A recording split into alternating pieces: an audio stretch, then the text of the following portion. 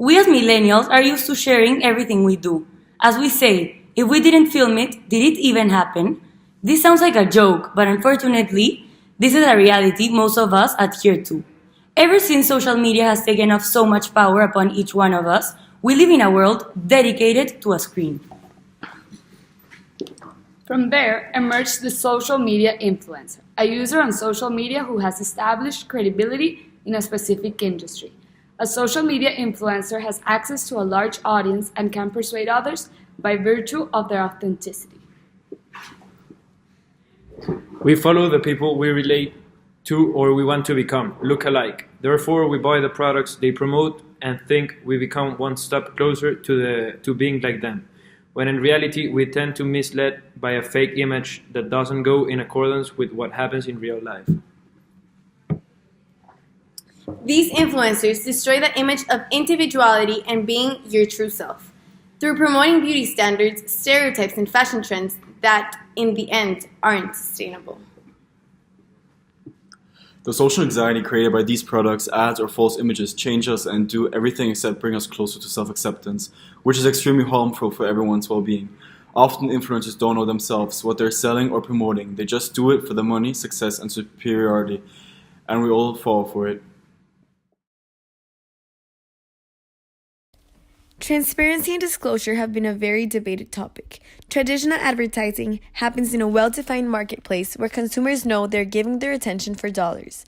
When this changes to influencer marketing, it causes the consumers to confuse an advertisement for a true fan of a product who loved it so much they're helping it by promoting it through social media. Yet what we consider genuine is backed up by big money, and this makes it an easy target for abuse. The industry is mostly unregulated, but in parts of the world like the United States, the Federal Trade Commission has been working on guiding how sponsored content should be communicated to the public.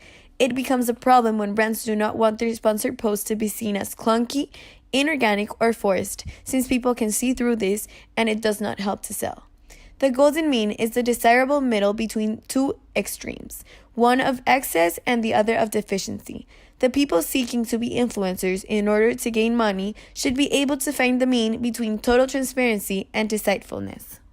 Utilitarians believe that whenever we decide what to do, we should perform the action that will create a greater good for the most significant number of people. The right action in any situation is the one that yields more utility.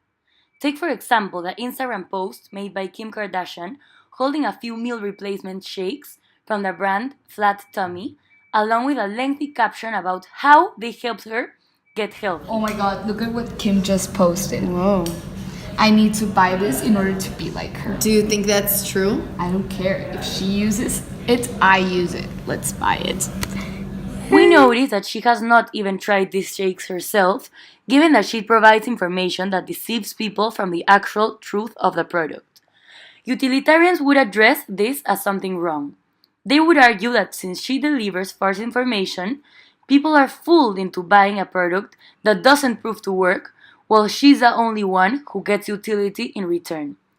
Many people also hate the idea that Kim is profiting from the insecurities of other people, and utilitarians would agree that she should provide the real information about the product because it what leads to the greater good.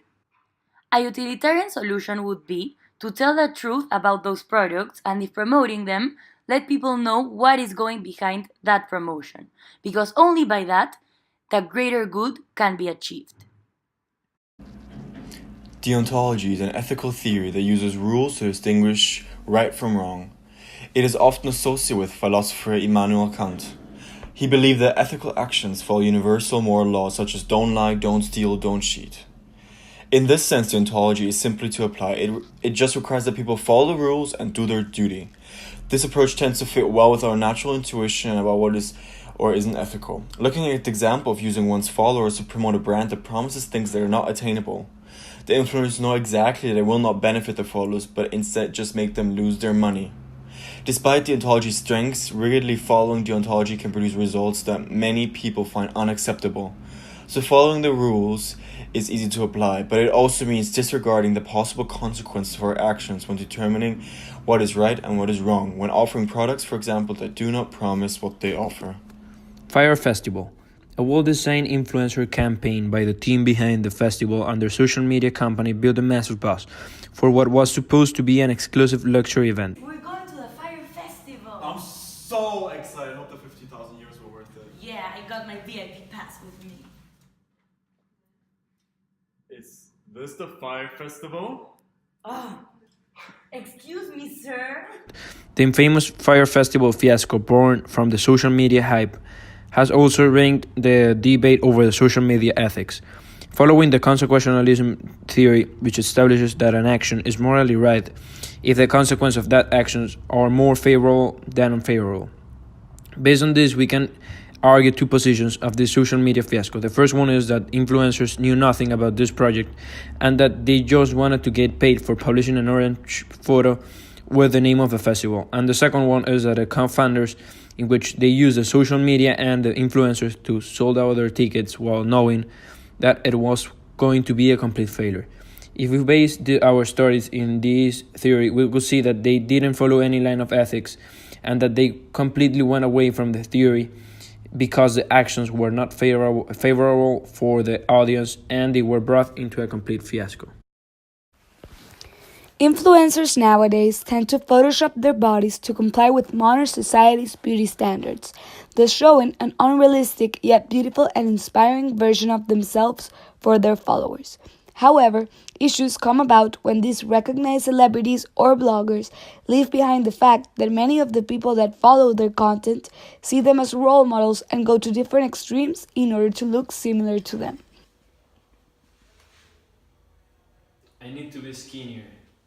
According to the hedonist point of view, when these influencers undergo these photoshopping processes in order to satisfy themselves and gain acceptance at the moment, as well as getting money, fame, etc., they ignore the consequences in the future for them and their public, as are eating disorders, anxiety, depression, social pressure, among other effects resulting from blindly following these standards and celebrities. If influencers were to apply different philosophical, ethical theories, they could generate a positive impact in our world instead of digging people deeper into their illusions and insecurities. Thank you for watching. My name is Christopher. My name is Belen. My name is Mario. And my name is Maria Eugenia.